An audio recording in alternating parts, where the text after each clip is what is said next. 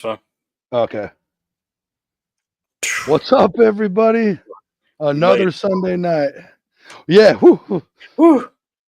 So what's funny about that is I was like, oh, yeah, I'm coming in here. And I sat down, started getting my camera all adjusted. Was like, oh, I'm not ready at all. And dude, I just barely scooted in here a couple minutes ago. But that was like when I logged on, my computer is always like quick. Yeah. Tonight it was like I'm thinking I want to be there, but anywho, everybody, welcome to another Foodie show. Yes. We coming at you live. And yeah, live action. Live action. Hey, how rusty are you? Because I mean, we've got guests tonight, so I know, but I hope I act appropriately. It's been a little that's while. the thing. But we'll find out right after this.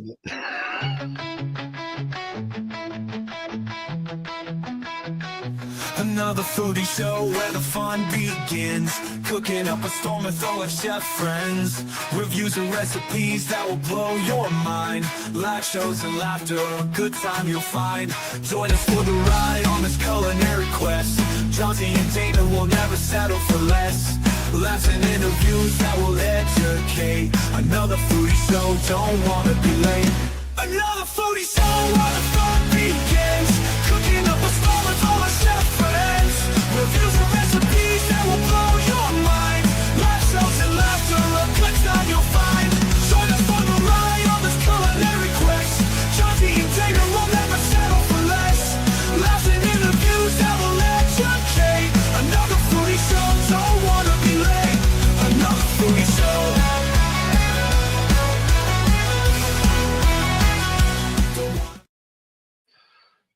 Don't want to be late. You know what bugs me about that intro is that last little bit on the left side of the screen, it gets blurry. And then when I come back in with my cup and it says send nudes, it's all blurry. Anytime if you go look at it anywhere, it's not blurry. Well, maybe that's unless it uploads in here. Well, and no, not those kind of nudes. Ain't no OnlyFans. We're talking about noodles. We want noodles. We're fat kids around here. Yes. Hey, well, like we said, welcome to another Foodie show. If you're new here, thank you for joining us. Because these guys may have brought some people with them. So you're right. We might have to be on our P's and Q's because they roll deep. Well, hate to hear that. Hey, I ain't mad at it. But Cherry Angle What's Barbecue, up, Cherry? Adventures, Daddy Dutch, and Terry White. Appreciate everybody. Yep. Well, there'll be more straggling in, I'm sure. Oh yeah. We've seen a bit late. They can be late too. So right. So how was your week? I was gonna say, how was your weekend? Chill. I gotcha. I did a lot of. I just felt like I was busy all week. Not with stuff I wanted to be doing. Mm-hmm. Stuff that was like honeydew list needed to be done, basically. Running around, but whatever. I did cook a banging pasta dish yesterday, and I loved every second of it. So, how long did it take? Probably maybe 45 minutes. You know, you won't ever live that down. I know, but it's funny. So, like, I just do all these one pan pastas now. So when the pasta's done, it's done. So however long that takes, that's as long a time as I have. I don't even boil my noodles separate. I just stick them in there. Put water in there. It all comes together. Yeah, it's easy peasy.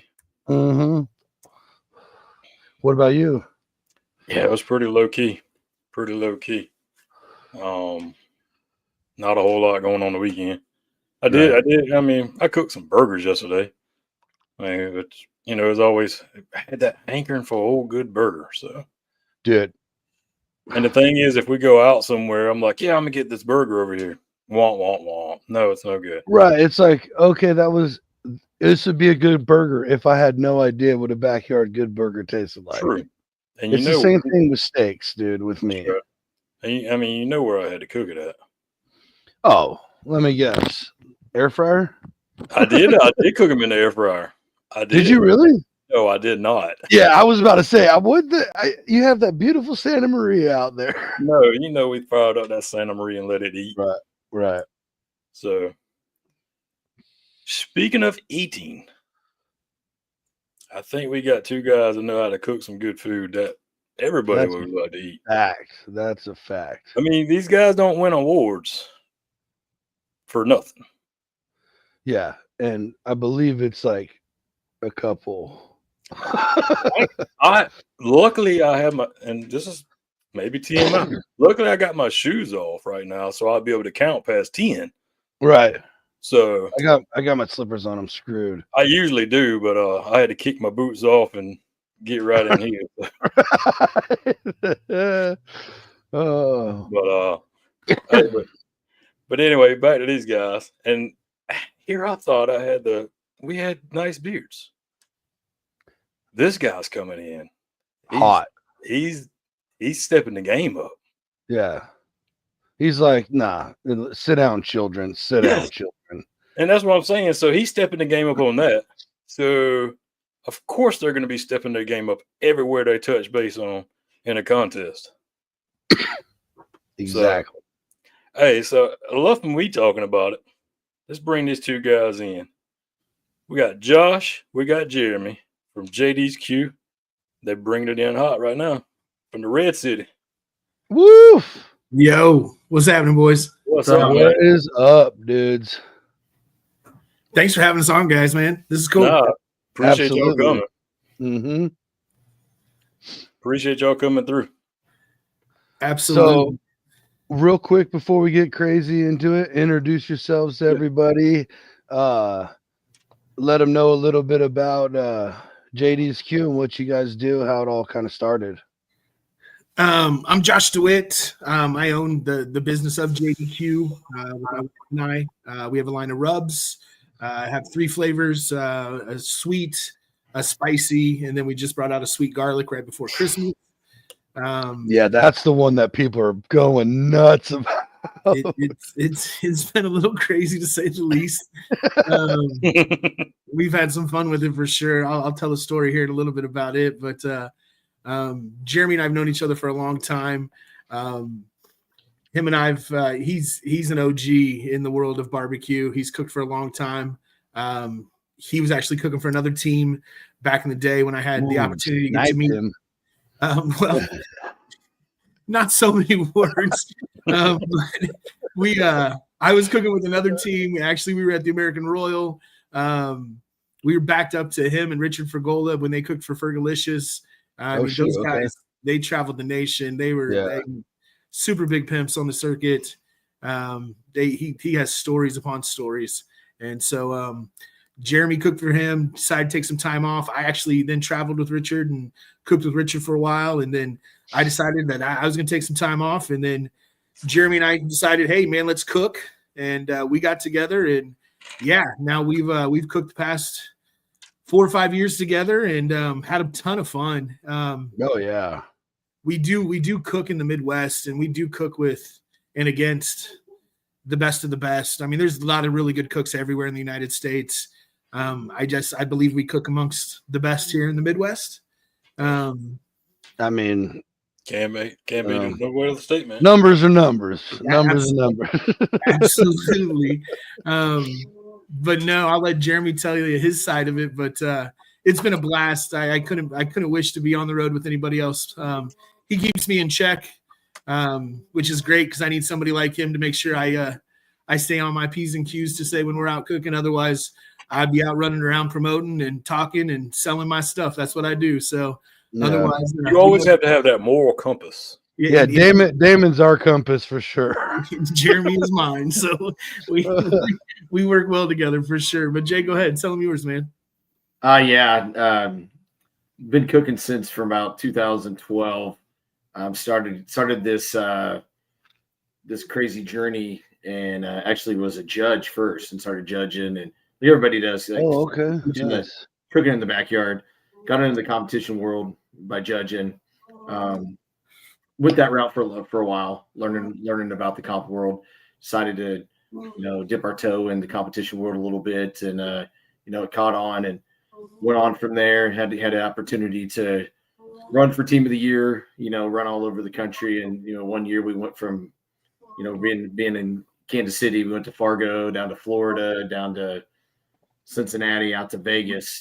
Just cooking and having a good time with that. And was able to help start a brand. And as Josh mentioned, then decided to take some time off with family and everything. And I'm a teacher and a coach. And my own kids, I have 2 college students now, and my own kids got active and got busy into things. So took some time off and then missed it for a while. And Josh and I, were working together and decided to kick this up and decided we'd spark another competition here and just team together. And we're not running all over the place. We're looking at doing 9-10 comps, but growing his JDQ brands and being able to do some different experiences and go to different places, do different festivals and stuff like that, and just here to have fun and enjoy what we're doing and find some new experiences when it comes down to the barbecue world. So we've been able to be a barbecue judge, an SCA judge,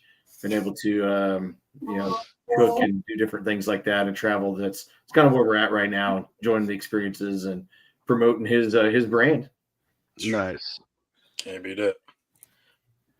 So how was it? What was it like going from judging to actually cooking? I think that we talk about that a lot of times. And starting off judging it kind of gives you that idea of what people are looking for. Right. You can see your inside of things and you're tasting it, and the flavors, the tenderness, you're seeing what judging the other judges are doing, and you're also being able to see what people are turning in. You get to see those boxes, and you're on the inside, and then you're like, okay, hey, let's go out and check out what the cooking side is all about and try to replicate this. So I think it's one of the better parts of it. I think it's probably the best part of competition barbecue when it comes down to that, because you just show up, eat, and leave. You don't have to worry about all the cleanup and everything else. But it is good.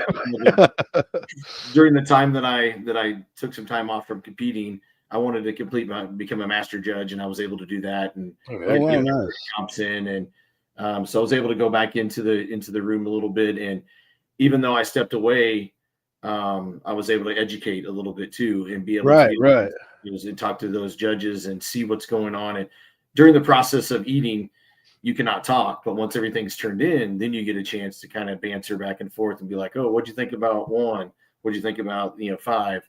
And you get to go back and forth and see what's going on. And some know you, some don't know you, some don't care to know who the cooks are. Right.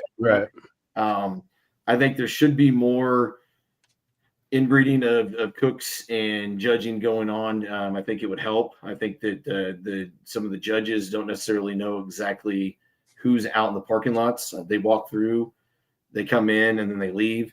Some do mingle, and we became really good friends with some of the judges and things like that, because they socialize and they visit, and they're around our Midwest area because they see us a lot.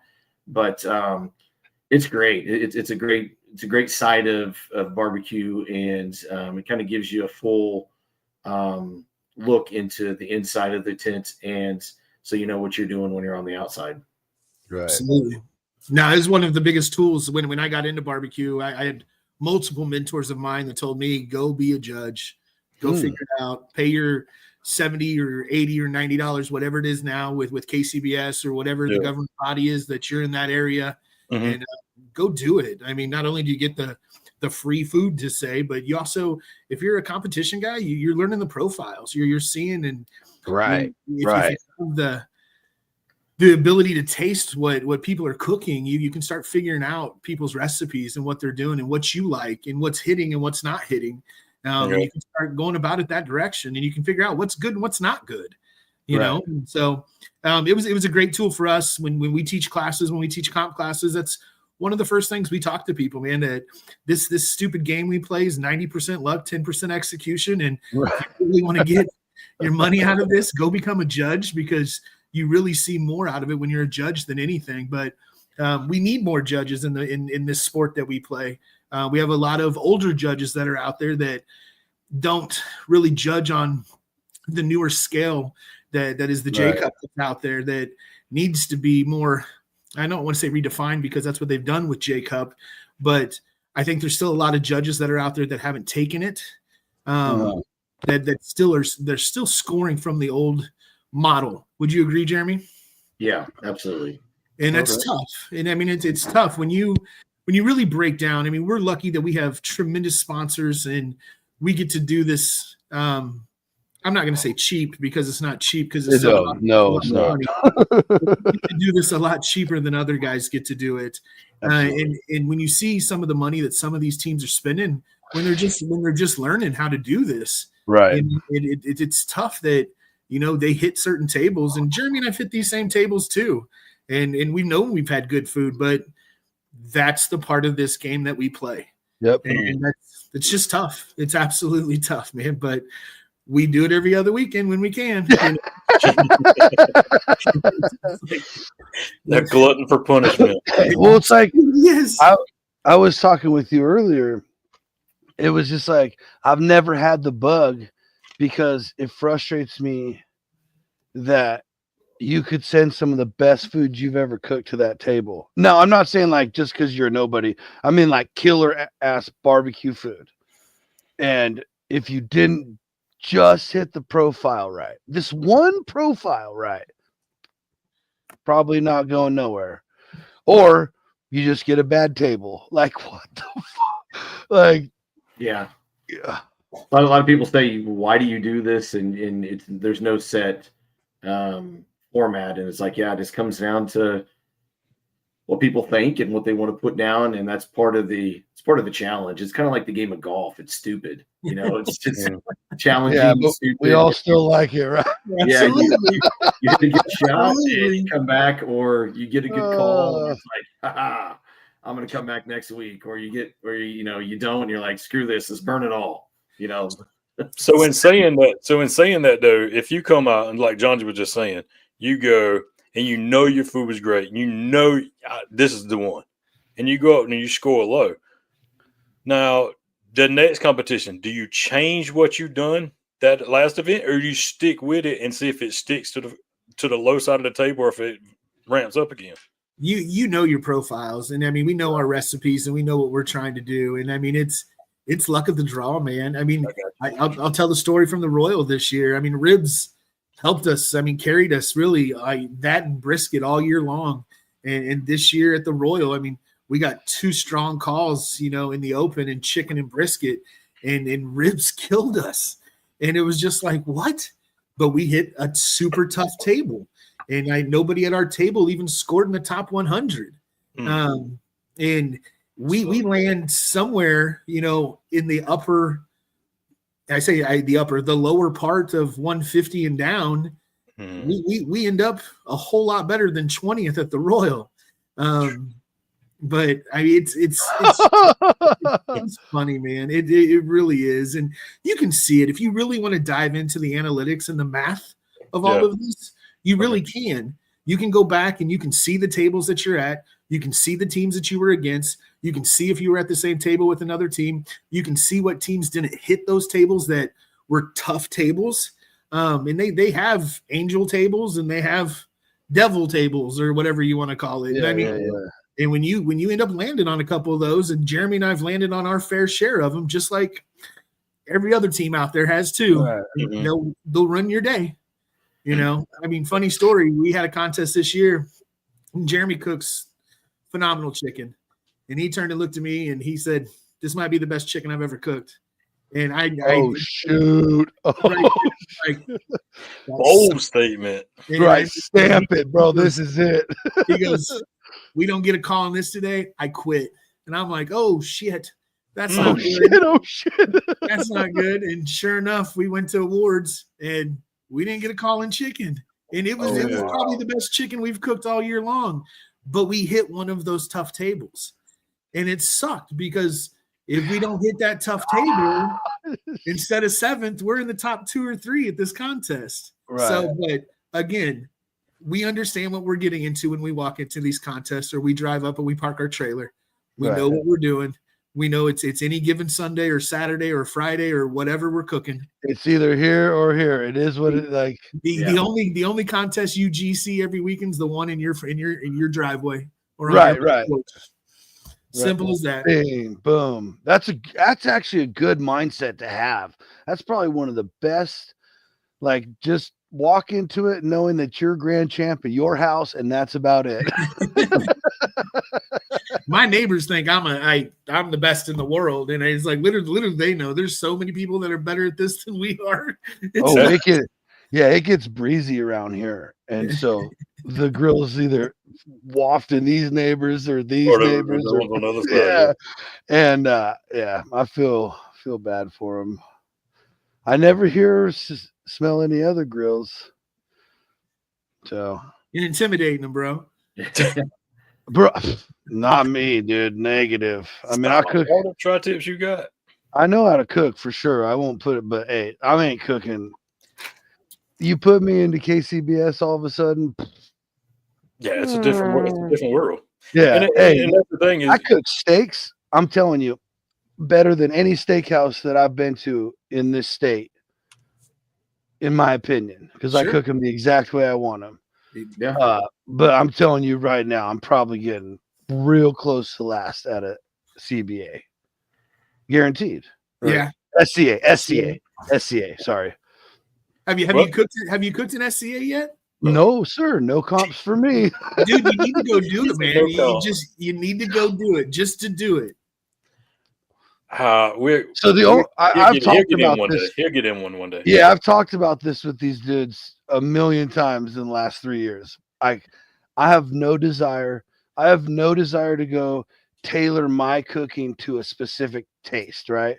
But if we were all going to do like a crazy dude network team where we reached out to a bunch of other buddies and just put this hodgepodge, Goonies fucking team together, of course I would go and do it. Yeah.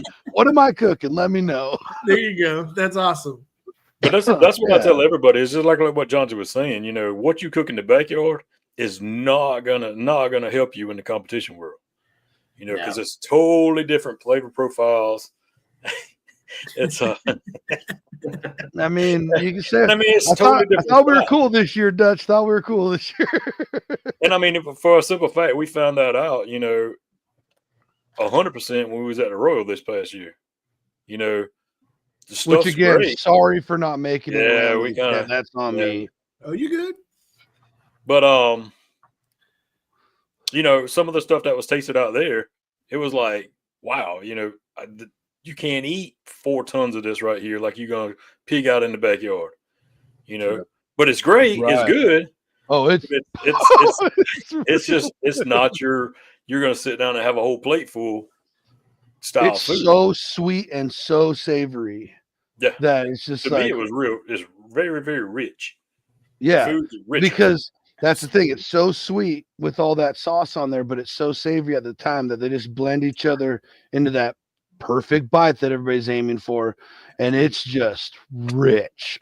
Absolutely. It's good. Don't get me wrong. That's some of the best barbecue I've ever tasted. Oh, of course. Hands down. Hands down. Oh, absolutely. Everyday eating, everybody knows how that goes.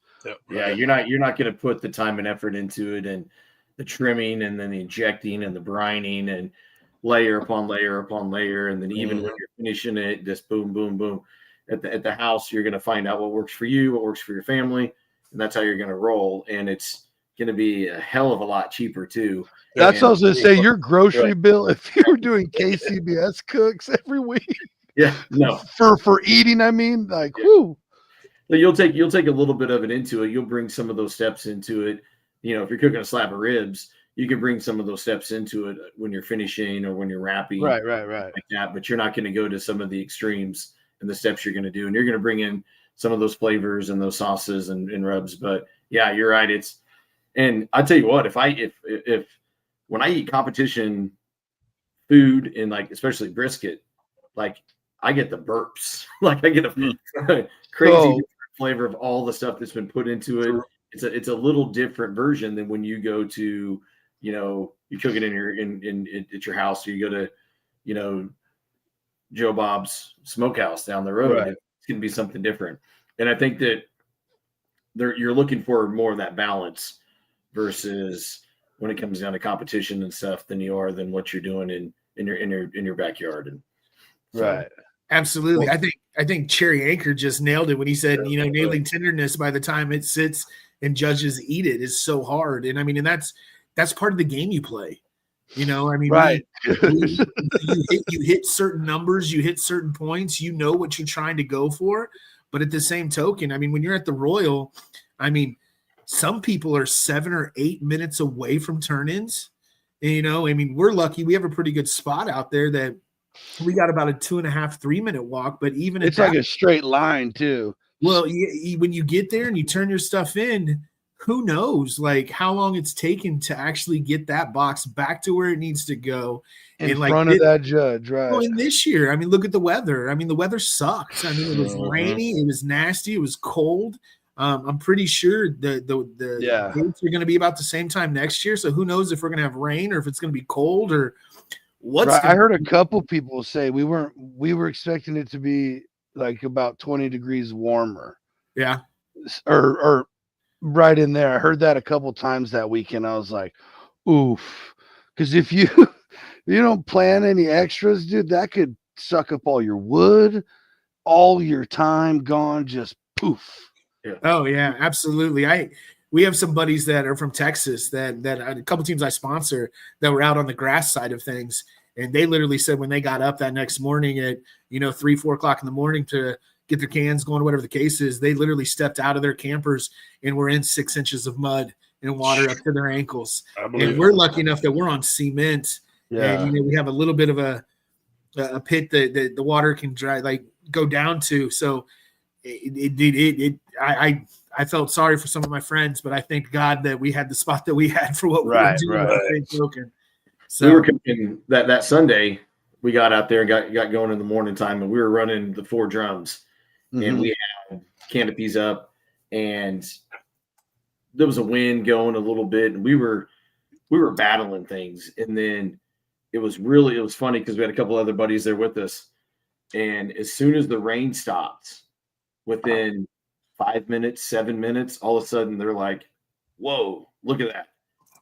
Needles up, the drums just balanced out, right? And like, what's going on? And it was the pressure, the rain, the stuff going on. Once it stopped, boom, the drums were perfect because we were playing DJ with them, a little bit of here, open this, go here, go there, and it was kind of making that'll affect your cook. 20, 30 minutes if it's hot, 20, 30 minutes if it's low. But they're not barbecue dudes. They're chefs. They're culinary guys. But they just went, wow. Rain stopped, drums went up, and it was just right. That's what you was looking for. Yeah. I've had several conversations about with people man, I went up camping and it took me way longer to cook this than it does at home. Like, yeah, dude, it takes things longer to burn at 8,000 feet, and different weathers. Sea level. It's funny how people don't always think about all this stuff, which ranges all kinds of competitions all over this place. Absolutely. You go to Colorado and all of a sudden you're way up there. Absolutely. In a lot of places. And I know Jeremy can speak on that. I know he's cooked up in Colorado. And I mean, I know the temperature from, boiling water is different. And I mean, from a fire standpoint, it's completely different. And I mean, you got to think when you start trying to temp ribs and trying to temp certain things and trying to get things to cook to certain deals, you really have to know your feel on meat. And what I mean by that is being able to touch it and be able to see a bend in a slab of ribs, being able to deal with the things like when it actually comes to it. You can't always trust what a thermometer is going to do for you when it comes to tenderness. Oh, you got to know your experience and be able to deal with that. I haven't actually cooked a contest in Colorado. Jeremy and I cooked up on Mount Vernon this past year up in Seattle. Oh, that's up there. It was cool, man. It was really cool. We were blessed that we got to fly out there, and I had some buddies out there, and we went out there and helped raise some money for Camp Corey, which is a super cool organization. And it was the Pacific Northwest Barbecue Association. So it was different than KCBS. They had a different scoring system. They had different turn-in times. They had hour block turn-in times, which is different than what we're used to because we're used to like every half hour, and we're go. Right. Jeremy and like you start with pork, you end with pork out there. So you started with ribs, you ended with pork. Right. So Jeremy and I turned in our first thing, and we turned to look at each other, and we're like, we got an hour. What do we do? Like, break the cards out. Let's play a card game real quick. And we could have, and it was fun.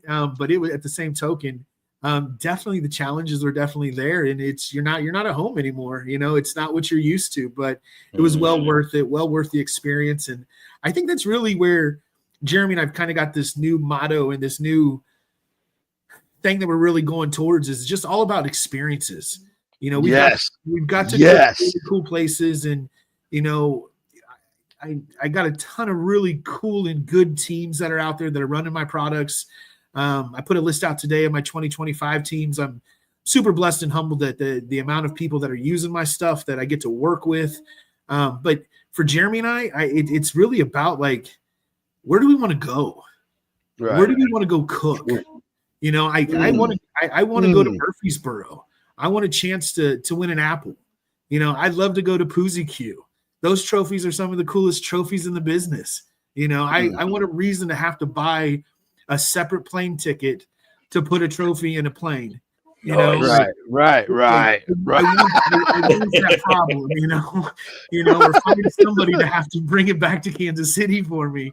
And not to say we'd even win one, but just to be able to go and see the people, see where my products are working at down there, be able to talk to those people, just spread the wings and go, man. Then I know Jeremy and I've talked about this, and we both want to do the same kind of stuff. We love cooking here, and we're still going to cook here in Kansas City. We have of course three or four on the calendar already, but it's where else can we go?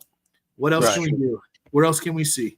So that's literally been our motto this last year and moving forward too, like experiences, man. Well, I mean, for a while, but like that's what it is at the end of the day. What did you do in that life? Yeah, because you got to be able to get out there and get your name out there for sure. Absolutely.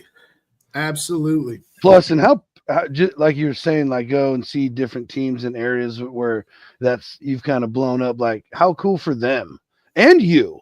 Like, oh, what? This is crazy. Absolutely. Well, and that's what was cool when we went to Seattle. I called a couple teams up there that I sponsor and be like, hey, man, I think I'm going to come out. Is there a possibility of getting some cans? And, do you have a pop-up? Do you have, and they were just like, we got everything you need. I'm like, seriously? Like, we got everything you need. Say less. And I turned and I said, okay. And they're like, send us a list. And I said, okay. And Jeremy and I got, the different stuff that we needed together. And we packed a couple suitcases, trimmed up all our meats, put the stuff on the airplane, and we flew to Seattle. And hate to hear it. It was cool. We did well. We took were we top 10 out there while we were there? I don't even remember. Shoot, come on, let's go. Yeah, and had some fun. And I mean, yeah, got to see some cool stuff. Jeremy's a killer planner, so I got to see part of Seattle while I was out there. And there you go. Absolutely. So it was cool. It's cool out in Seattle. Yeah. Some of the part, not everywhere, obviously, like anywhere, but I tell you what, it was cool getting to see, the Seahawks Stadium, the Mariners Stadium, getting down into the wharf, the Fisherman's Wharf, getting to see. That's my favorite part of Washington is like that area, dude. That was. I mean, you see the stuff on TV, when you're watching Food Network and you're watching, the different stuff, and you're like, man, that's cool. I hope I get to see those dudes throw fish one day. Actually, guys slinging fish, right? And then you're there, and you're like, holy shit, I've seen this. This is cool, Right. So that was fun getting to experience that. And then the gum wall downstairs, I've never seen anything like that. Like, it was crazy. It was pretty cool. Did you take a piece off? That's what I want to know. I didn't, but I put a piece on. Let's go. That's the right move. I put a JDQ sticker up down there too to make sure I tagged it. Yeah. Absolutely. That's my goal. Absolutely. So do y'all do any other like cooking, like maybe like some mini catering events or anything, or is this straight up just 100% competition for y'all guys? No, we try to cater too. We have a catering coming up here. We're fortunate enough to have a really good football team that's going back to a big game here again for three times in a row. So we're catering this. We have a Super Bowl catering that we're going to be doing this weekend, and we try to do different events help support some of our this crazy habit running Your around. yearly habit, yeah. Yeah, so we do that. If you guys head over to the website, yeah, there it is right there. You just It fill out a little form. How far will you go? How far will you travel? And we'll wherever East Coast that thing. Let's go. Yeah, it's all a conversation. You coming out to Cali or what? I come out there more. I come out there more than you realize. No, yeah, I was gonna ask. Do you guys come out for any of the stuff out here? Because I know they've started having more and more. So I have a 14-year-old that lives in LA. He lives down Costa Mesa, down in that area. So, Costa Mesa, let's go. That's where I was born, down south. There you go. So I've spent a lot of time down there. I haven't been back out there for a couple of years, but he spends a lot of time here in Kansas City with us as well. But no, so Cherry Anchor, so who's on here right now with us, there's a store out there called Sin Cow Smoke. Yeah, it's just like 20 minutes north of me. Cherry's like 35 minutes from me. So Sin Cow's a great store, man, and they're a huge JDQ store.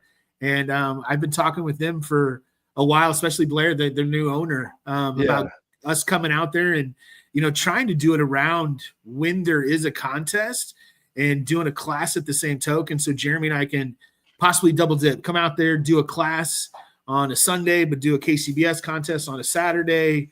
Try to figure out what that looks like. Try to have some fun at the same token. Right. Again, it's an experience. If that happens before I move, guaranteed I'm there. Guaranteed. There you go, bro.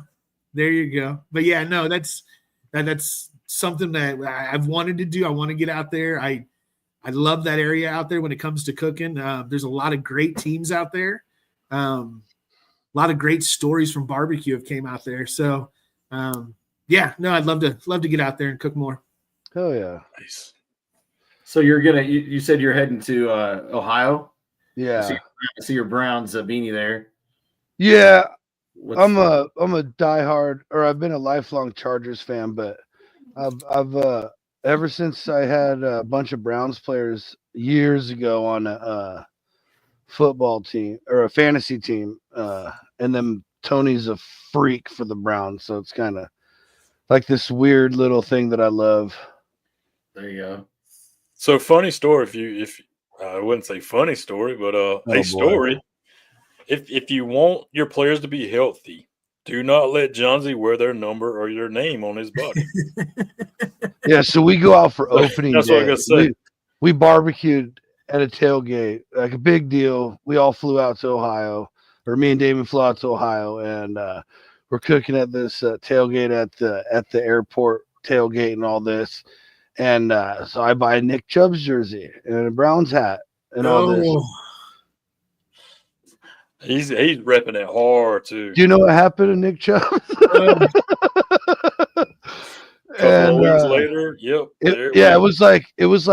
it went around like this whole group of people. Like John's at first, it was, dude, you jinxed us, you ruined this for us, and then it was like, wait a minute, no, Tony, you let him buy that, so this is on you. Exactly. Oh, yeah, it was funny.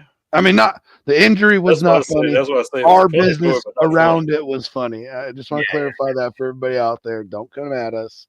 So, and speaking of shirts, right out the crowd, they want to know what's on Jeremy's shirt.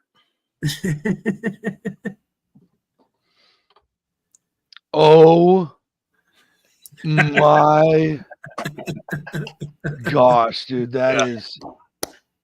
Yeah. Oh god. I got a freshman in college. That was my son's gift for me for Christmas. So that's so awesome. There, yeah. I picked up a couple ones I showed. I went out shopping yesterday. I picked up a couple I showed Josh. I got one that's a play to Biggie Smalls. It's in the Notorious Reed. And it's Coach Reed with the crown on, like Biggie Smalls. Picked another one up. Patty Mahomes putting the 3 up, smoking a cigar in a top, just like Michael Jordan. So, oh man, this week, kind of go with some different stuff there for our Chiefs. So I gotta have some fun with that. But yeah, this is a good one, man. Love it. Yeah, that's awesome. That's awesome. Absolutely. So you say y'all got a big party for that coming up, though? Yeah, we do. We a guy here in Kansas City, he had hit us up the past couple of years trying to get us to cater one of his Chiefs watch parties at his house. Mm-hmm. And he always he would always hit us up about a week prior to it. And we were just like, what? Yeah. I can't do that, dude. Like, I can't. And he's like, how much time do you need? I'm like, at least 2 or 3 months, man. That's how far we're booked out on our calendar. And he said, okay. So the end of last year, he trying to goes, all right, I want to be on the calendar now for the Chiefs home opener. And I said, cool, we can do that. And so we put him on there. And as a month or so prior to it, he called me and said, okay, so what are we talking here? And so we started going through it, and he wanted everything. And I was just like, are you sure? And like, how many people you have? And he's like, I'll probably have 30, 40 people at the house. And I think he ended up having like 33 or 35 people. And we cooked brisket, burn-ins, ribs, chicken wings, cheesy corn, beans. He got the full, he got the full. Yeah, and so he turned around afterwards, and and it wasn't like any, when you eat competition barbecue for the first time, it's not like, and we have really good restaurants here in Kansas City. We have really good barbecue restaurants here in Kansas City, but it's not competition barbecue. And so there's a big difference when you eat that for the first time. And so his guests were blown away. And he called me the next day and he goes, we go back to Super Bowl. You guys are catering my Super Bowl party. And I went, okay, we can do this. And it was kind of funny because Tech Nine was having a concert here in Kansas City, February 8th. And we had tickets to it, and we were planning on doing that and everything else. And sure enough, the Chiefs make it back to the Super Bowl. And Jeremy, we start talking. We're like, how are we going to do this, dude? And like, I hadn't even talked to the guy yet to figure out what he wants. And sure enough, as soon as I talked to him, he wants what he had for the home opener, plus ribeyes and tomahawks and pulled pork and like all of this other stuff too. And I'm just like, oh boy, like we can do this. Appreciate you, buddy. Yeah. And we got it all worked out. And then shortly thereafter, they Tech Nine came out and said that they changed the dates because he had obligations at the Super Bowl with the Chiefs. And so that made things a whole lot easier for us. There you go. You go. It worked itself out. But yeah, no, so that'll happen this next weekend, and it's just a drop and go. We're going to drop off a ton of food, coleslaw, beans, cheesy corn, ribs, chicken wings 2 or 3 ways, burn-ins, brisket, pulled pork, ribeyes. Damn. Yeah, there's only 40 people showing up for this thing too. So these people are going to eat well and enjoy the game. I guess, like shit, that's enough food for a couple days. Yeah, he told us he goes, I need you to make sure you have it by 3:30 at my house so I can get pictures taken and everything done. And we're like, cool, man. And we'll make sure it's there. And that gives Jeremy and I enough time to get home and so we can watch the game and do what we want to do too. That's right. It worked out well for what it was, but yeah, we pick and choose what caterings we want to do. We'll do them, but we'll pass them off to other people if the times don't work out or if it's just not something that we can do to say. But we do a lot of classes when we can. We're working with 4 or 5 different places right now that are asking us about different stuff, and which is cool because that's going to get us into some different places out of state, which will be fun. And they're not all competition classes.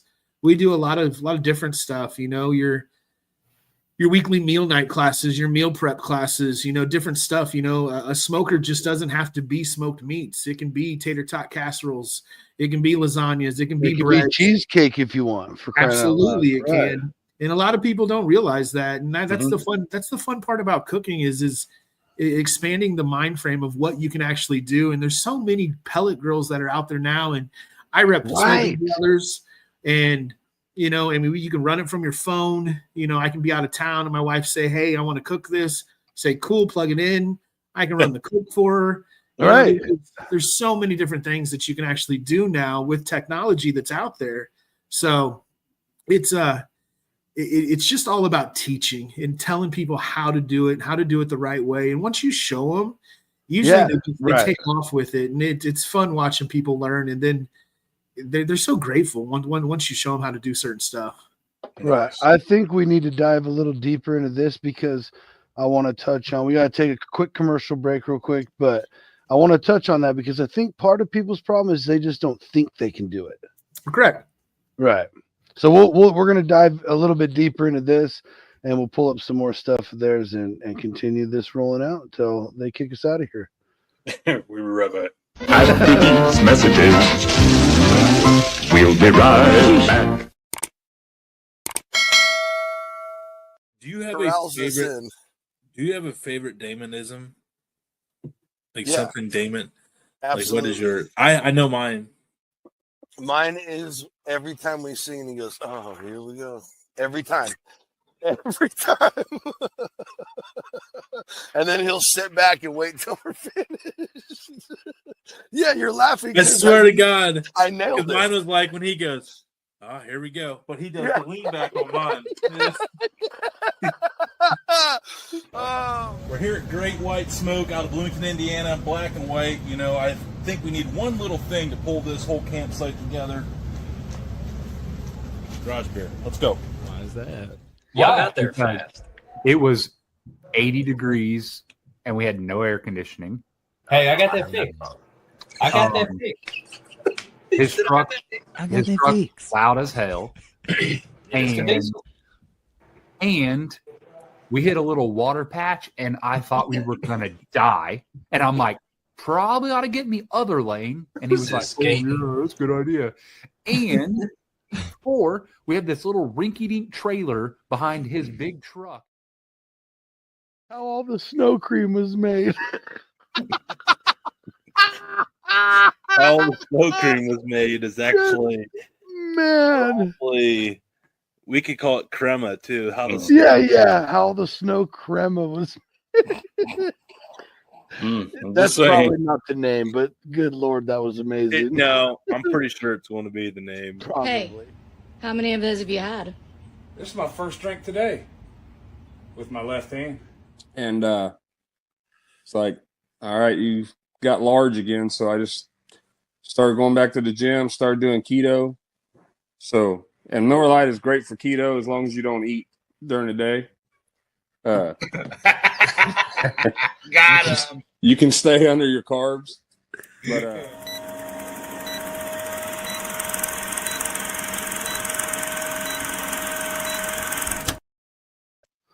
and we're back. Mm-hmm. Just that quick, right? Right on. But I think he was, I think a lot of people are intimidated by cooking because they don't think they can do it, and that's just, I don't know where that comes from, because I mean, trust me, you're gonna not cook something great. That's gonna happen. Oh, it's gonna happen. It happens to all three of us right here. Yeah. Where, and you're just like, man, I do not like that. Like I have like been upset, like this sucks. And other people are like, it's not that bad. And I'm like, nah, this is not what I wanted at all. This is, in my mind, not good enough. I think, but it's so easy to cook. Yeah, I mean, it comes down to just getting out there and doing it. And my wife jokes around. She cooks out of necessity, and I cook out of love.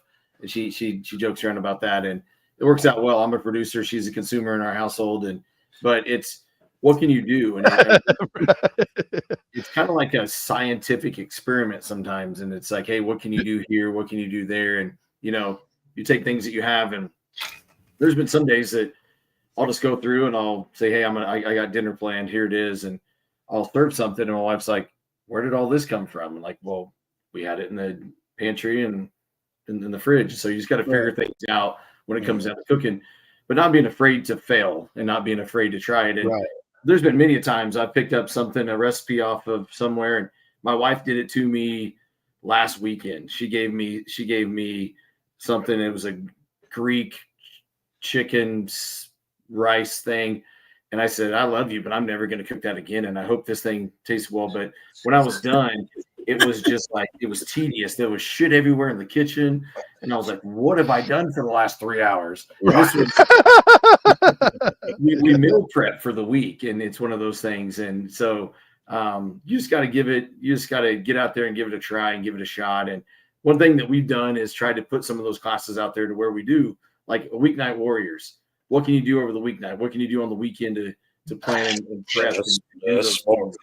Dude, then teach people you don't always have to be in your kitchen to do it, especially when it's nice out. Get outside, light a fire up a grill, get outside in your yard, in your driveway, wave at your neighbors, talk to the people, get your kids involved, your family involved, because nobody's ever came over for, a salad or a microwave, as they say. People come over for barbecues, and food is, you surround people with food, and it invites people in, and doing different things. It doesn't just have to be the ribs, the chicken, and the beef. It's, and pork. Right. What other options are there out there? And so we've been expanding. Today I cooked a bunch of chicken and did some 3 or 4 different things, prepping for the week. And it's like, hey, I had the pellet grill fired up, and I had 4 different types of chicken going on. I had a regular, I had a cilantro lime, I had a Cajun going on, and had a couple other little spicy ones that were there. But we were did a Tex-Mex bowl, did a Cajun salad tonight for the wife, and then we're going to do some pasta throughout the week. And it's just try it. It's already done. And just don't be afraid to fail. And yes, I think a lot of things is that food's expensive nowadays. True. It's also expensive, as like you guys were talking about before we came on the airs, going out and having a burger. Sometimes you go to that burger place, and I want to bring a bottle of rub to them and say, "Can you put that on for me?" Because it tastes like crap, and you're like there's $18 into it, right? Just for that burger and fries or whatever it is, and it's almost better to do it at home. You're paying for the convenience, you're paying for the environment, but just give it a try. Make a hamburger, make a lasagna, But you can do those things on your grill. So absolutely. Dude, I came home one time super excited. I was just like in that mood to grill. So I started firing up my kettle, and my wife goes, "Honey, I already had everything ready. We already talked about this. It was spaghetti night." And I go, "Oh crap." I'm all, give me my big old skillet. Let's do it on the Weber, bro. Like it was definitely a different flavor to that spaghetti sauce because moisture pull in smoke. Mm-hmm. Yeah, it definitely worth it. Like, so here's one. Here's a free one. Take your hamburger, and you can put your hamburger in your block if you want to. Put it on a little rack. Give it a little seasoning.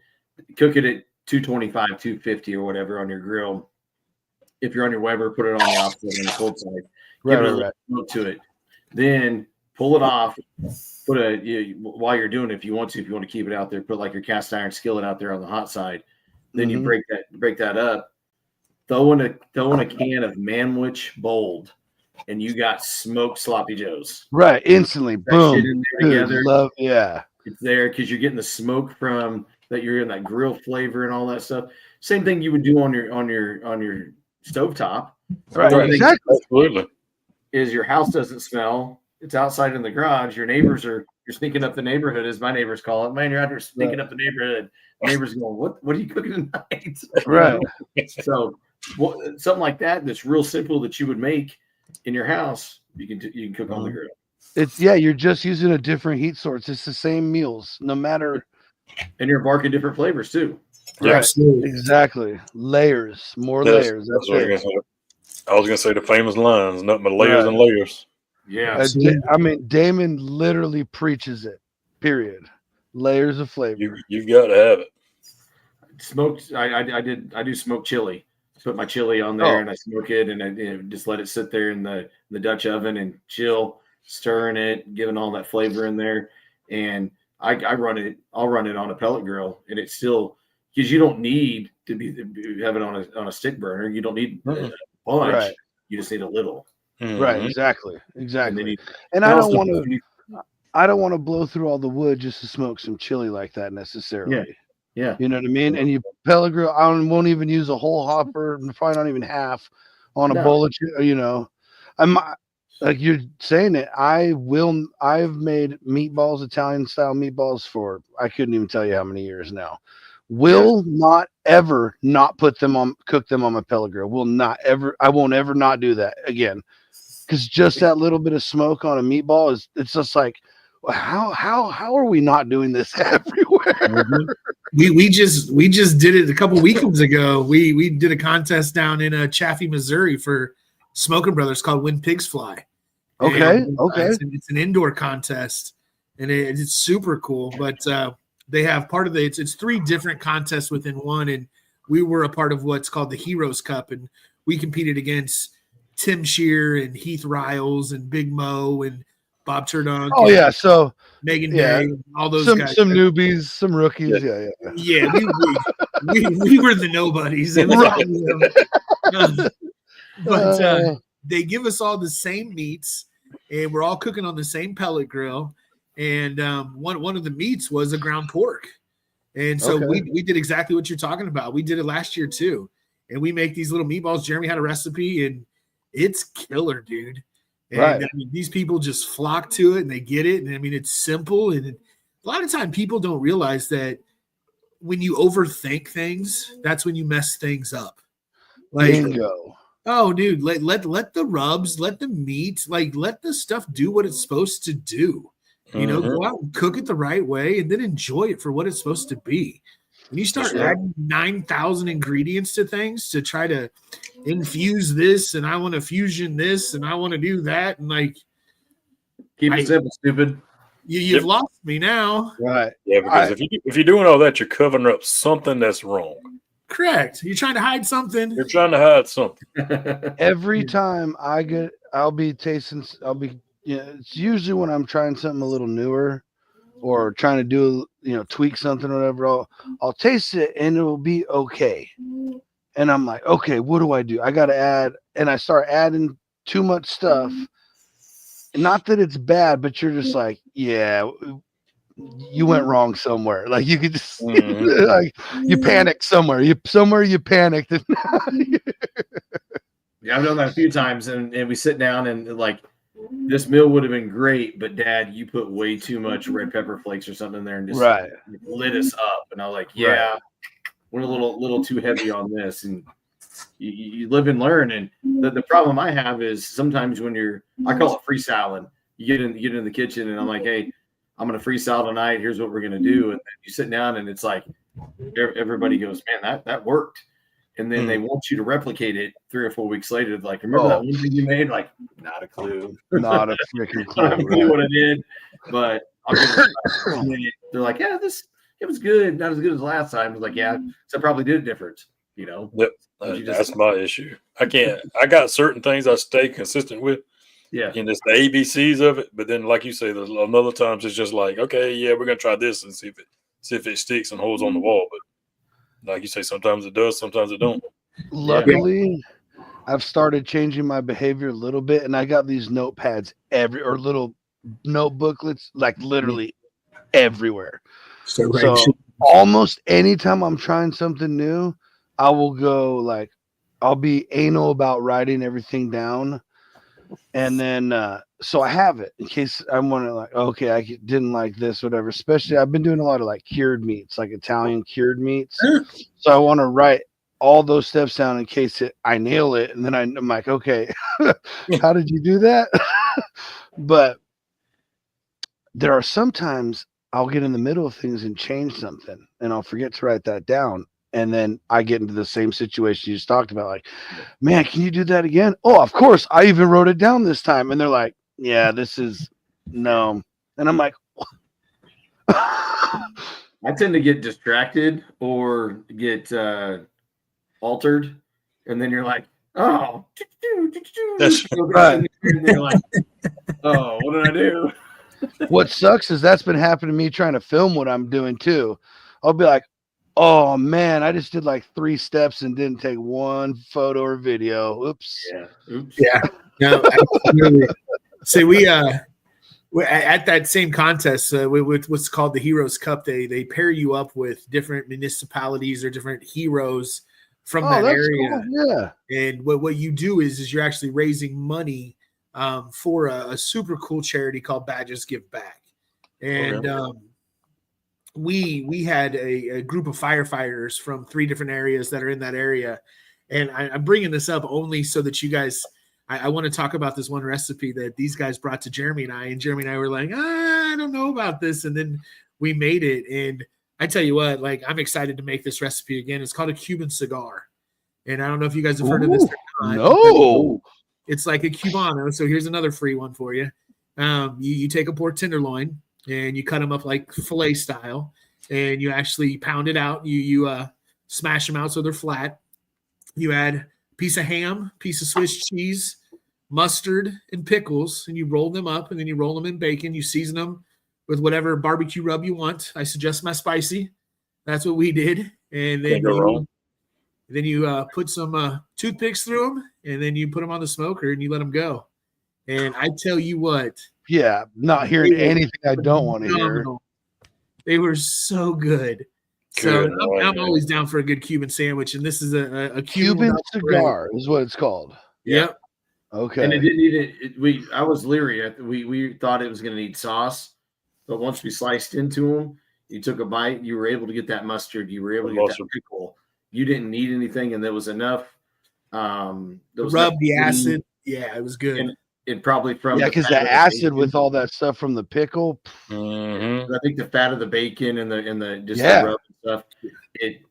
It was like, okay, you don't need anything. If you would have put a sauce on there, it would have taken away from it. Now let me ask this, because this is important, especially in the mustard world.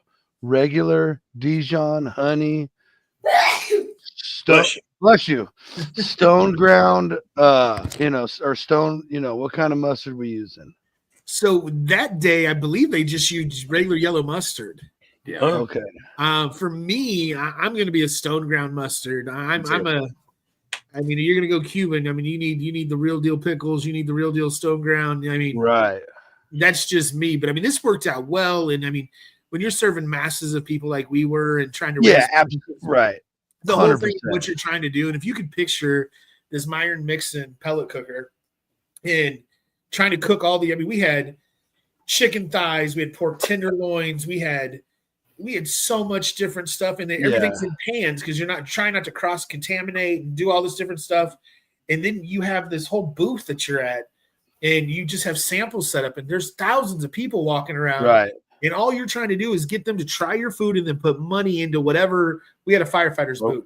Okay. And trying to get them to stuff money in there and just trying to come out to raise the most money. That's an awesome event right there. That is, yeah. It is super cool. See, that's my thing is I would much rather be traveling around the country doing stuff like that rather than trying to win comps. Because that sounds way more fun to me.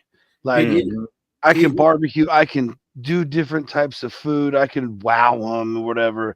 And the purpose is to wow them, to try them to get, more money or whatever. That sounds way more fun cooking to me. When you're able to have face to face with somebody and they take a bite of your food and then they're like, you see their face and their reaction. Yes, exactly. Like, that was awesome. That's so right. there is value to that when it comes to when you're doing a vending type situation like that, when you're doing these festivals and different stuff and people you're face to face with them and you're saying, here you go. It's the same reason you guys cook at home, same reason you prepare you cook for your families and your friends, because what do you want to do? You want to see that they're happy and you want to say, hey, here's something I've made for you out of love, and I hope you enjoy it. And to see them say, hey, wow, this was great. That's the biggest reward overall. Absolutely. It literally is. Literally. The trophies and everything else is pretty cool. That's just, that's bragging rights. And that's one of those other things you get to, absolutely. But that just means a group of professionals also said that your food was incredible. So it's not, it's kind of in the same lines, you could say. Yeah. That's what it's all about, man. Yeah. And at the same token, as we're getting to do that, just so I can paint the picture for you guys, there's an SCA contest going on that has 40 state cookers cooking. And then there's a backyard contest going on that has another 10 teams that got hand selected that's serving the public. And all of this is going on inside of an arena. And so it's 10, 12 degrees outside and it's 75 degrees inside. And so all these people pay, money, I think it was $20, $30 to get a ticket to come inside and just eat food and walk around and get to meet. Sign me up. Absolutely. I mean, the people that came up and introduced themselves to us, where they were from, people driving, 6 to 8 hours to come to this just to hang out, to eat food. I mean, super cool event. I mean, it's something Jeremy and I love doing. It's on our calendar every year. We do it every year. It's a blast, man. It's an absolute blast. Yeah. That is good.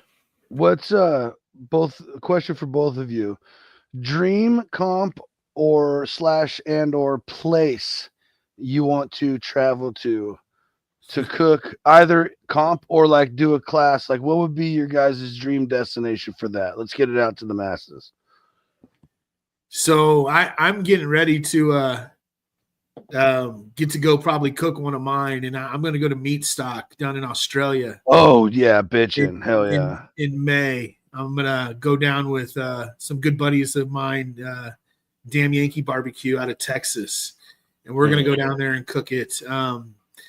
I'm super stoked about that. I've always wanted to. It's a bucket list cook, just to go cook any of the meat stocks. I mean, there's 5 of them ranging from Brazil to New Zealand to 2 of them in Australia. I mean, isn't there one here this year? No, I don't know. I haven't. I mean, I was looking at their schedule yesterday. I haven't seen one that's here. I could be wrong for it. You could wrong, be right. I hadn't heard it. So I know I do some of the festival stuff. Like I go cook Windy City every year up in Chicago. Oh yeah. Hell and yeah. That's an absolute blast. And I mean, I love the festival scene. It's just a different world, and being able to cook with that caliber of barbecue, from all over the country, and it's not competition barbecue. I mean, these are the best restaurateurs. Like, this is the best of the best. I mean, when you talk, top 50 in Texas, and like the top whomever, James Beard nominees, like exactly. That's who you're hanging out with. Yeah, these are like 4 or 5 star chefs. Absolutely. Yeah. And I'm not a chef. I burn a lot of meat in parking lots, and like we have some fun. I love it. But to be able to sit there and have a conversation with Hurtado or M&M Barbecue and talk about their pits with those guys. I mean, it's stupid. I mean, it's it's crazy. Never thought in a million years I get to do what I'm getting to do in barbecue. That's awesome. Jeremy, what about you? Living the dream. I love it. I think mine would probably be going somewhere international, try to go somewhere to another country. That'd be really cool. But there's one that what's the name of it, Josh, down there when they're cooking on the sands and in the water, and Burns and whatever the Bloody Mary with the W sauce. Yeah, down in Florida, down in the Keys or Keys. Yeah, the Keys. Sorry, Keys down there. I mean, you talk about FOMO, man. Watching those people down there doing that would be phenomenal. Seeing them standing in the water, and they got big green eggs out there, and the tide's coming in, and they're out. I mean, that would be, and they're jumping in and catching their fish and their shrimp and their crab and stuff, like lobsters and stuff, and then they're cooking it. So I think that would be one. But then going international somewhere, and we've kind of kicked around the possibility. We have a few invitations out there, but that would be that'd be cool. There's a handful of them here, like you said, Josh. Josh mentioned a few earlier, but I think those would be 2 bucket list ones. Nice. Yeah. And it's the same topic of bucket list. I mean, y'all are up in the Red City. I mean, you're running into rub elbows with anybody famous up in that way, or anything like that. We both have, and we both got to cook for some pretty cool people. Yeah. A couple years ago, we cooked for Tech 9, and we got to cook for Strange and Travis, and we actually had them out at our American Royal party on Friday night, and that was a spectacle in its own. It was a little crazy, but Jeremy actually he was cooking beef ribs for him that night, and those things were glorious. I remember seeing his face when he saw those things that night. But yeah, no, we've got to do some pretty cool stuff. Got to cook for some cool people. But yeah, it just comes with the territory, man. It's funny because when certain people get to try certain things, you know, it's like they continue to want it, and it's funny. Yeah, I feel like when you, especially if it's like one of your first times experiencing what that level of barbecue or food can be, you just kind of like, okay, I'm not going to go anywhere else. Like, that was perfect. I don't want to play the game of like getting something shitty or whatever. Like, we'll just stick with JDQ. This is money right here. Because we're creatures of habit, man. Everybody's got a favorite place they go do this or go get this or whatever. Everybody has it. Yeah. We have our places we stop at out of necessity, and then the places that we like to go shop or whatever. Well, in when you do good business and you're good people, right, and you show up and you bring what you're supposed to bring, and then your flavors are there and on time, and people lose their stuff for what it is. There's a good buddy of mine. He's gonna kill me for even talking about this. We love it. The Dude Network's all about it. He's a Christian battle rapper, and he's probably one of the top 5 battle rappers in the world. And he lives here in Kansas City, and his name's A Ward. And him and I became really good friends. And I think we've catered for him a couple times. And he's a stud. And in his line of work for what he does, it's unbelievable. And every time he calls, I pick up the phone. And at the end of the day, he's just a good person. And it's funny because it's not a matter of what he does and how much money he makes or whatever the case is. It's just he respects me for what we do. And that's the fun part about it, because his friends, his family, I mean, he called me before Christmas when I brought out the garlic. And I did something different when I brought out the garlic. And I didn't bring it out for everybody. I only brought it out for the top 10 stores in the nation that sell my product. And I called them 10 days before Christmas. And I said, Merry Christmas. And they're like, what are you talking about? And I said, I have 120 cases. I have a limited supply. I'm only doing this for the top 10 stores. How many cases you want? And I sold out in 15 hours. And it was nuts. And as soon within 24 to 48 hours, everybody was getting their stuff. And it was a way for me to help some of these novelty barbecue stores get people in their stores to help that Christmas rush at the end of the year. But like Aaron called me and he texted me and he's like, he's like, I'm heading to Tennessee. Can I get some of that? And I said, absolutely. I got a case here at the house, for certain people, whatever the case is. But I mean, you take care of people who take care of you. And I mean, and he's opened doors for me. And I mean, we've got to do some pretty cool stuff with the Royals through a super good restaurant here called Chef Jay's Barbecue. We got to do Fan Fest a couple years ago and had a lot of fun with that, which has opened up a lot of doors with doing stuff at Arrowhead, getting stuff at Royals. We can't thank Tara and Jay enough for what they've done for us and getting to meet some of those guys and getting to do stuff with them as well. Yeah, right. Who am I forgetting, Jeremy? I don't even know what you're talking about the topic wise, but just the connections, and that's one good thing. The list goes on and on. Build relationships, make connections, and growing that relationship chain that you have with people, and so that's kind of the biggest thing. I think you said something about being able to, celebrities, stars, or whatever. We get an opportunity to be around some of the best in the barbecue world when we're talking about that. And Tuffy Stone, Josh got to run, was with them the other day. Donnie too. We sat in a casino a couple of weeks ago, and this is a great story right here. Yeah, I mean, just talking about guys that are on that level, legends, absolute legends. It was after the River Creek Golf Association World Championships, and we went there, and we're sitting there as myself, Josh, and another one of our buddies, and Donnie just comes over and starts talking, and he's talked and talked and talked, and it was one of those moments you just shut the hell up and listen. And when it was over with, we just looked at each other and was like, that was just a cool ass moment that we just got to experience. And it wasn't forced. It wasn't bought. It was just organic and natural. And Donnie's a great dude. And he just came over and shared stories, and we learned a ton of stuff about that. I bet. It wasn't about one thing, and it wasn't about barbecue. It was just about life and stories and different stuff about tractors getting stuck and this and that and all this other things. But it was one of those moments you just sit back and you cherish and you hold near to your heart and you move on with. And so those are those things. And you talk about, experiences and people you meet.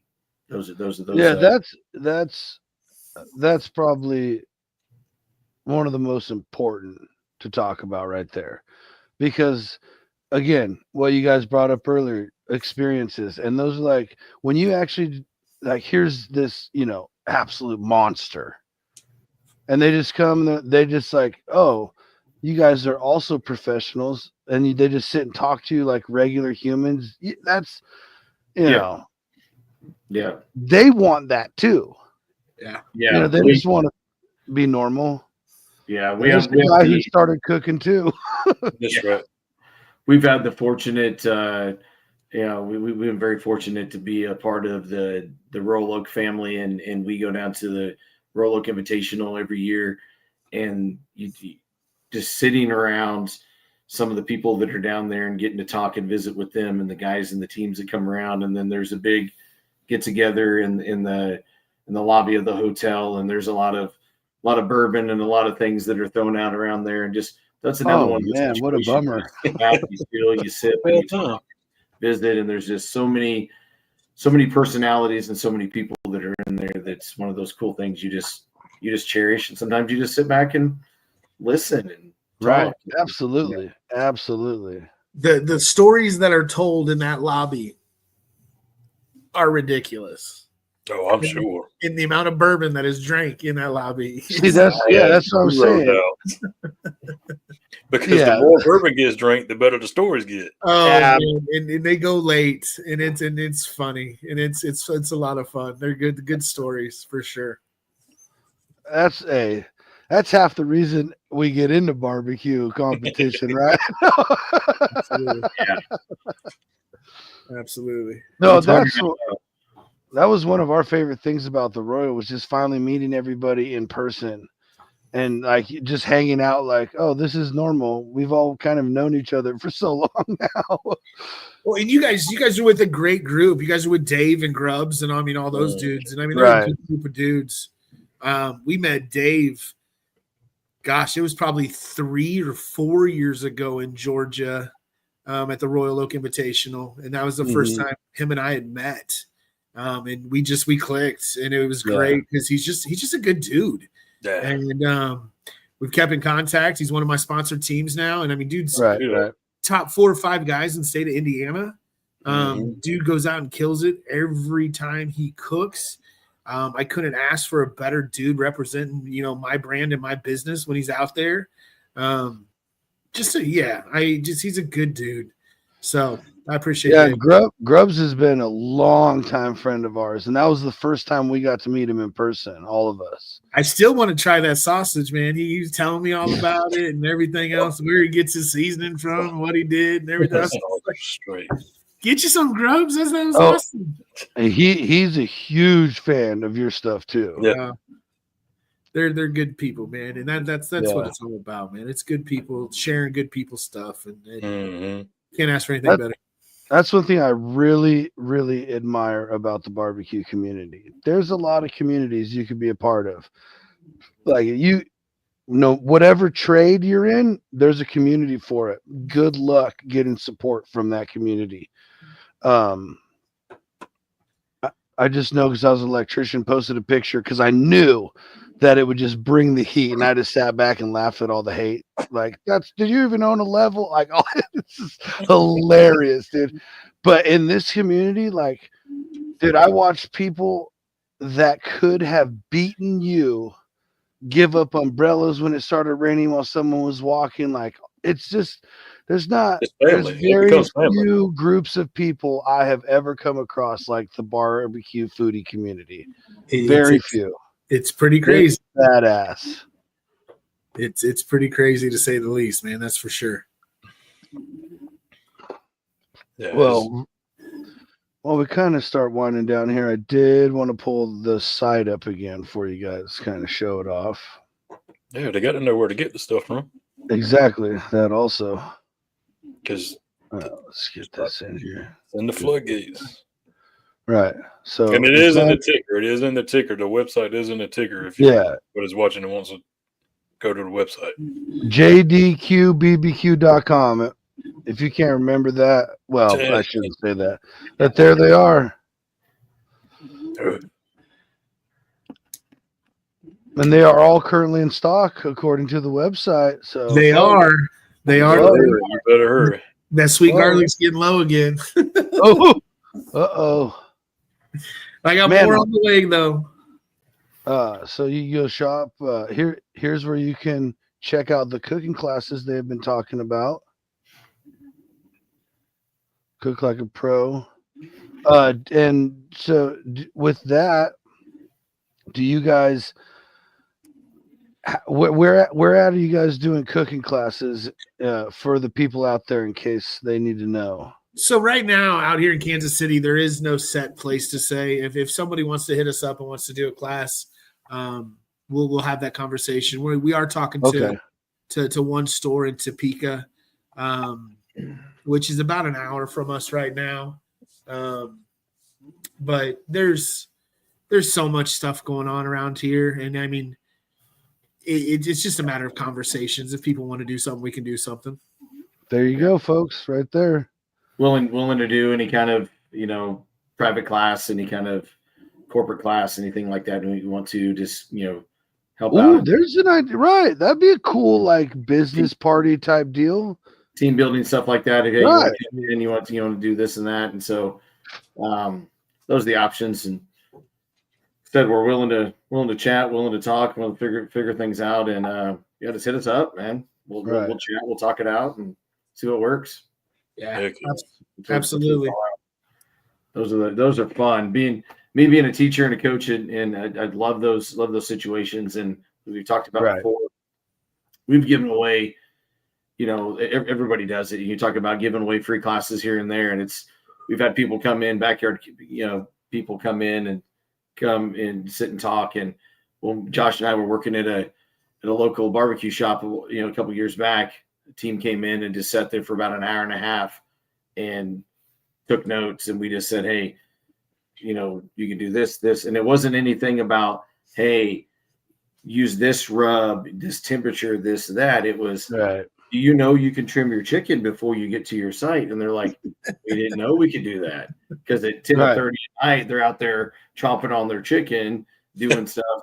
Hey, if you prep this way, here's a timeline, here's this and that. And so those are the fun things that we enjoy doing, like opening up the eyes of things, not necessarily giving them, we're not trying to teach $1,000 competition class that's going to give you all the secrets and ins and outs. It's what can we do to help the average Joe? What can we do to help anybody else? And so, and just real quick, folks, remember that when you go and pay that $1,000, $1,500 for that class to get taught the award-winning way, they are not teaching you what they use to win, because they will then have to go to competitions against you.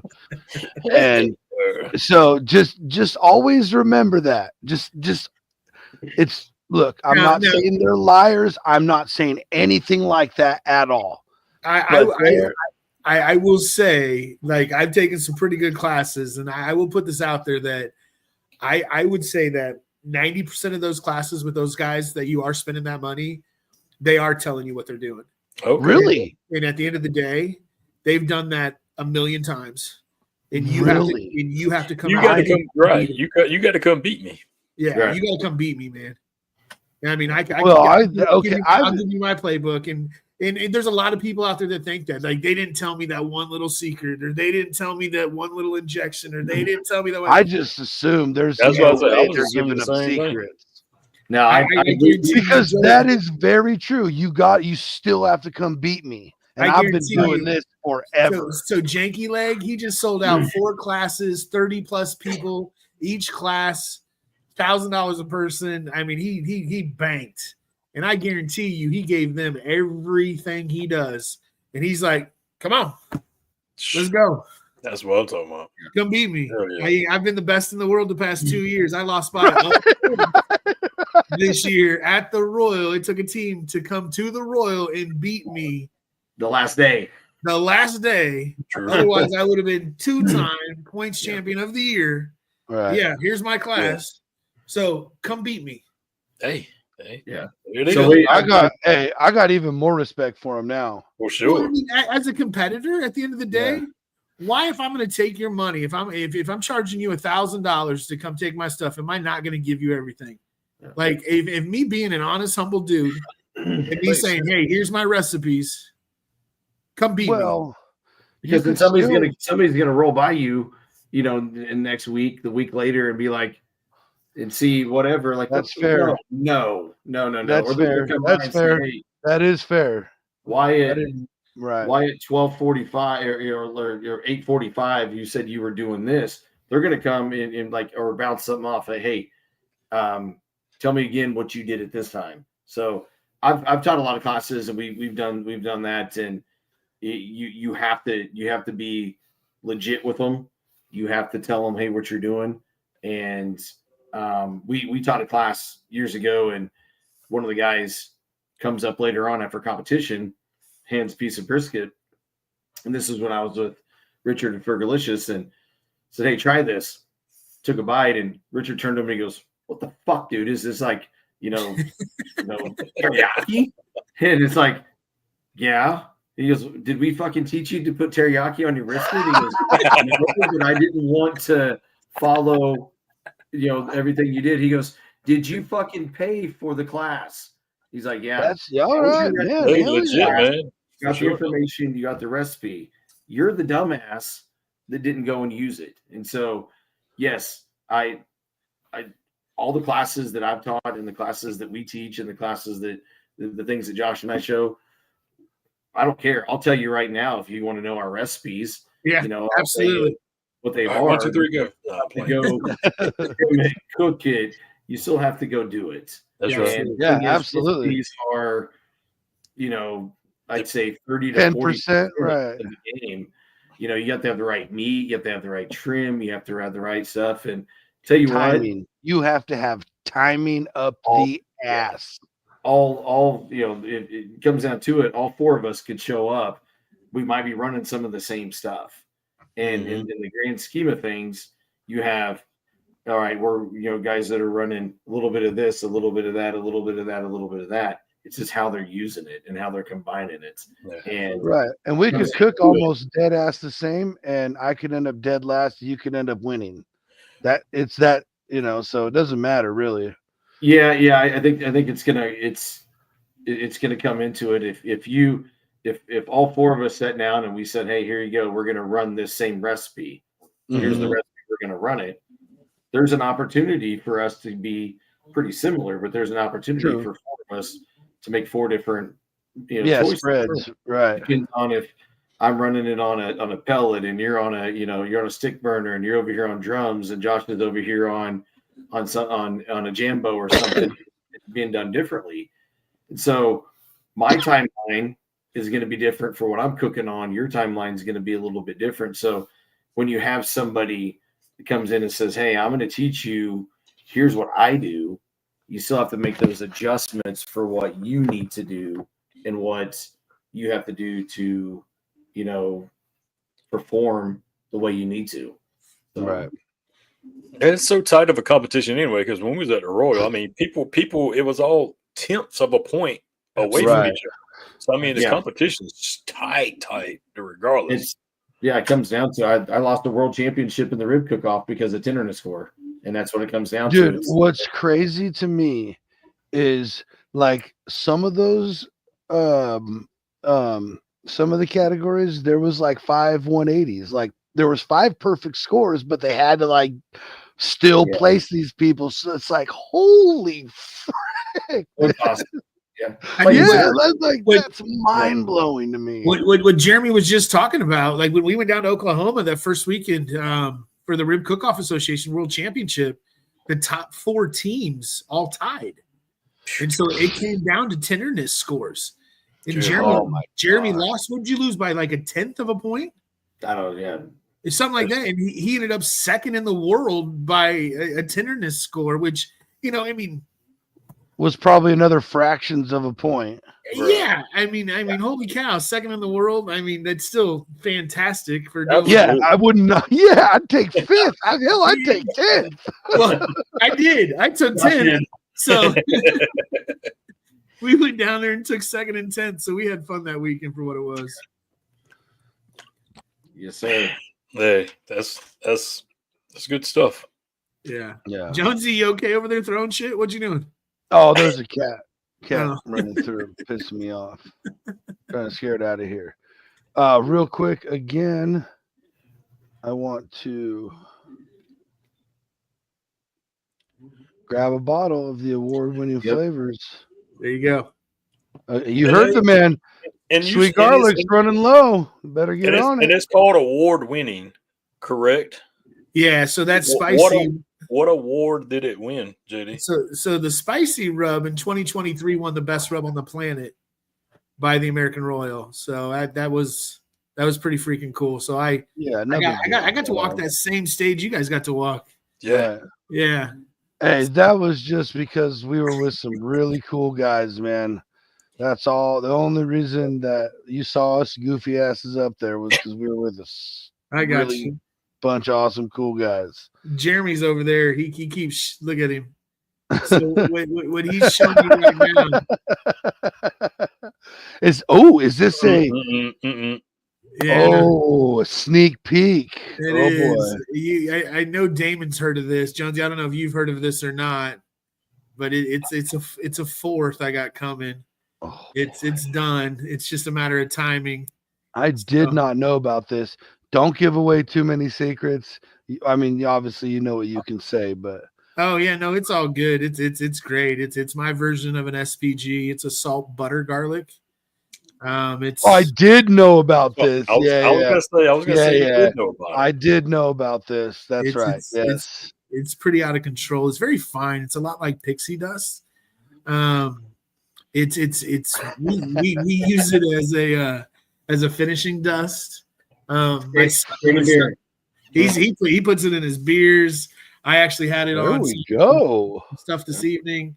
It's great on vegetables. I mean, there's a lot of different ways, but hopefully we'll see it to the public maybe around the Royal, definitely at the holidays next year. Okay. I lived off of butter rub before, so I haven't had it in a long time. I'm stoked for this. So it's a sweet butter powder, a bunch of umami, mushroom powder, obviously your white pepper, garlic. The white pepper. I love that part of it. That's what I love. I love white pepper. It's pretty ridiculous. So underutilized, man. It's fun. It's fun. I'm a mad scientist when it comes to playing with these things. Hate to hear it. But when do you ever stop? Do you just keep bringing out more, or does it take time, or how does that happen? I'm pretty like there's this one, and then if I do anything, I might change the granule size in that one and have 2 of them. I might have a bigger granule size, almost like an everyday rub or something that is a little bit thicker that I can use as an all-purpose. Because I really think this one is more of a finishing dust, more made for vegetables, more made for that kind of stuff, more for beers like Jeremy's doing. But I don't know. I'm talking to Jason, my co-packer, right? But I don't know. I got a sauce that I've been playing with Oh man, here we go. I got some other ideas. I mean, I work with who I believe is the best co-packer in the nation. They got my back, which is important. Absolutely. And when I come up with these crazy ass ideas and I call them and I talk to them, they're like, "Let's go, dude." And like, yeah, let's try it. Let's run it. yeah, they're like, "Send me your recipe, send me what you want to play with," and I get it down there, and then they send me samples, and sometimes it hits and sometimes it doesn't. And there's days that I show up to crazy places where Jeremy meets me, and I'm like, "Hey, taste this," and he looks at me and goes, "What the hell is this?" And that's what happened on this last one that he's playing with right now. He goes, "Huh? Why haven't you told me about this one?" I go, "Because I just got it back. Like, I think it's pretty good." It happened to be downtown Kansas City, and it was through the window, and I'm trying it, and some guy walks by and goes, "Yo, what you guys got?" Not that. Definitely not that. We were in the hood of KC. Yeah. We were in the hood of KC. There's this place called the Kaki Aki something pop-up grill. And it was in a gas station. And Jeremy Hammond goes, "Dude, we got to check this place out." And we had seen some videos, some different stuff. And dude, the food coming out of this place is absolutely dynamite. Like, dude, that's what's crazy. You find places like that in some of the craziest places. And Jeremy and I are total foodies. You know, he's been on Chop, been on Pitmasters. Like we go and we check out different stuff like this when we see things. We're all about supporting. And he's like, "They're at this location." I'm like, "Dude, that's hood, bro. Like that's hood. Like we gonna be the only white people down there, bro. Like, you good with that?" Right. Like, yeah, we good with that. Like, okay, like this will be glowing. Absolutely. we sticking out like a super sore thumb when we head down there, bro. And so we show up down there, and we did, man. We got the looks, but we ordered some food. We had some of the best chicken wings we had in a while, and got us a good sandwich. That's what it's about. Absolutely. Yeah. We 100 support our city, and we'll go anywhere and support good food for sure. Yeah. Hogwalla BBQ. That's right. What's up? Yeah, Hogwalla. But hey, guys, we could probably go on for another hour, but we like to keep this thing about an hour and a half. Yeah, gotcha. But so we'll have to part two this thing, you know, later on down the year when everything slows down for you. Whenever. But right now though, real quick, the red carpet's yours. Roll it out. What y'all got going? How people need to find you? Whatever they need to do. I know we covered it already. So yeah, the website jdqbbq.com. You can order all your stuff off of there. Instagram, it's Facebook's the same thing, JDQ BBQ. That's how you can find me. Jeremy, I'll let you roll with you. Same spot. I just tag along with him. Josh, nobody need to talk to me. So no, dude, we super appreciate you guys letting us come on and act like a couple clowns and sit here and have some fun with y'all. That's what it's about. That's why we made this show. Yeah. Well, thanks, guys. We really do appreciate it. We'd love to come back whenever you guys need us. Absolutely. Absolutely. All right, go Chiefs. Absolutely. That's what I was gonna say. Real quick, before we go, here we go. The Eagles gonna win, but what's the final score gonna be? The who? I'm playing. I don't have a dog in the fight. I was just giving you a hard time. What's the score? What's the final score? KC winning by what? Man. Well, we already all know KC's winning. Come on, guys. Yeah, I think I got to go with like. I think it's gonna be. I'll throw this out there. We'll go 27-21 Chiefs. I was gonna go 35-28. I was thinking something like that. We're gonna see how close. Well, hey, real quick. Does Taylor Swift sing at the Super Bowl halftime show with Kendrick? Ooh, that's a good one. No, yeah, she'll be no. She'll be up in the booth. You said no. Be in the booth. No, she ain't doing it. No. 52-9. There you go. Yeah, of course, Chiefs side 52-9. But no, he's definitely talking about the Eagles. Saquon Barkley's gonna have. He's got 9 right now. This game gives him 9. Where the game started. It's going to be a battle. It's going to come down to turnovers. It's going to come down to who holds on to the ball the most. But I think that I put my money on Patty. Put my money on Notorious Reed. I think we're going to outcoach him. And desperately dislike Sirianni. I can't stand him. And when he walked out running his mouth at Arrowhead, Karma's whatever coming to get you. Karma is love that. Karma's going to come back to him because he ran out yelling running his mouth. This is the clip of the show right here. If you haven't seen that video, you need to go look it up because he ran his mouth cussing out Chiefs fans. Jiminy Christmas, dude. Yeah. So coming in the squeaker, appreciate it. Yeah. Again, we don't ask for it, man. We don't ask for this.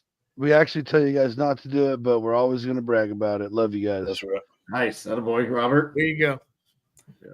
But hey, appreciate you again. Appreciate y'all coming. Yeah. Appreciate y'all sharing what y'all shared. It was a great time. Again, we got to come and give it a part two. Yep. But until then, appreciate everybody else joining in watching the show as well. Again, Wednesday nights starts off our week now. So we got shows Wednesdays, Thursdays, Fridays, Saturday, and Sunday. All 9 o'clock p.m. Eastern Standard Time. Anywhere you can find the Dude Network. And if you can't find it there, you can go to thedudenetwork.com. You can find it there as well. But until next time, how you say it, Johnsy? Be good and be good at it. Let's roll. There you go.